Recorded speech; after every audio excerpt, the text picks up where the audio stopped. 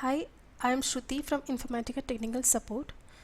So this presentation is about low-level processing and extended syntax check in SAP. In this presentation, I will include extended syntax check property, low-level processing property, and a small demo how this works. Okay. So I have taken the example of a BCA listener to explain this scenario. So for BCA listener, we have a listener mapping and a process mapping. The listener mapping will take read all the data from SAP and it will dump into a relational table, say source for BCA table, and process mapping which is specific to the data source. It will read from this source for BCA table and it will provide an interpreter transformation to interpret the IDOCs which is already dumped in the source for BCA table, and this will be given to corresponding targets including the flag targets also. So first property, extended syntax check. So this property has been introduced from pre-86 installations. So extended syntax check is a session level property.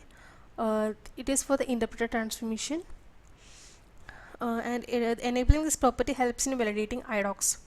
So an IDOC which is already running in the source for BC table will be fed until the interpreter transformation, and the validation check is done at the interpreter transformation level. So this validation, what all validations are included?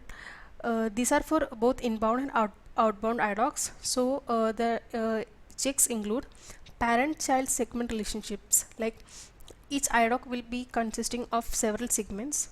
So these segments which include the child segments and the occurrences of a number of childs, all these things are taken from the control record, and they are checked or validated at the interpreter transformation level. That's like minimum and maximum segments occurrences are validated for each IDOC message. All mandatory segments should be present in each prepared IDOC. The syntax check is done in the IDOC message level, and this lets the invalid segments to send to the error group in the interpreter transformation itself. So for extended syntax check, the IDOC records has to be cached, and this leads to decrease session performance. In the interpreter transformation level, we will have a buffer or say a cache which used to cache each and every record. So all the IDOC records will be cached there, and then the control record record information is taken up, and that is used to validate these IDOC records.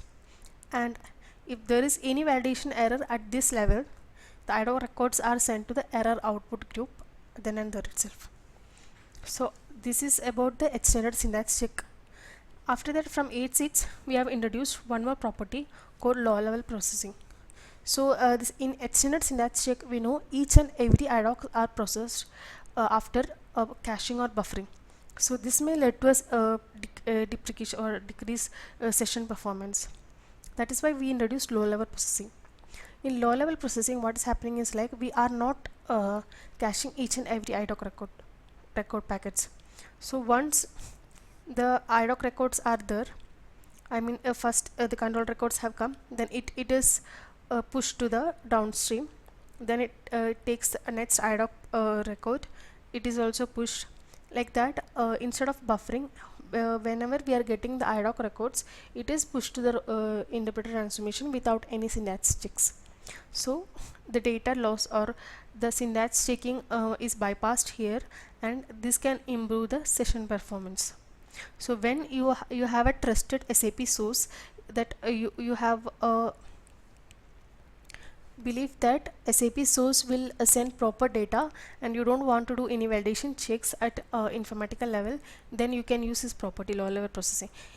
If the enable syntax check property is checked, and if you have checked low level processing, this will override that. It means the enable syntax check property will be disabled by enabling the low level processing property. So this is implemented mainly for session performance. In this property, caching is not done. The interpreter will not wait for an IDOC packet. Each IDOC record it will give it to the downstream transformation. So we'll go for a demo to show how this property is having a role in the number of records which is taken up in the target. So here I have a process mapping, say account ATTR.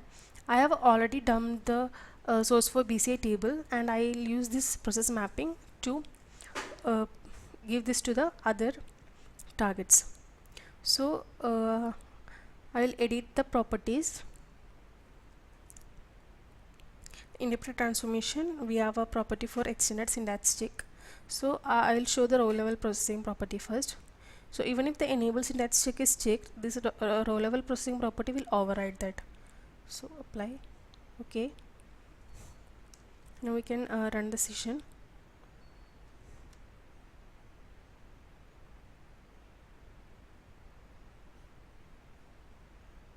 So the session is running.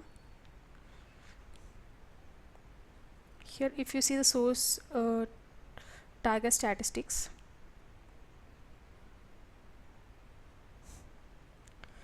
you could see nearly 2649 rows in the target table except the control record and document numbers. So this 2649 rows means all the rows which is sent by the SAP is loaded here. So if I go and edit the workflow properties, and I have disabled this row level processing,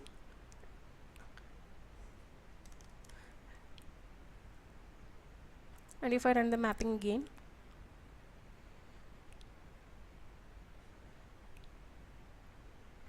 I could see only 2007 records. It means all other records are taken up as the error records, and it has sent to the error group. So this demonstrates the difference in row level processing and enable syntax check. So that's it for my presentation. We would like to hear from you. Please write to supportvideos@informatica.com or the twitter.com at infosupport. Thank you.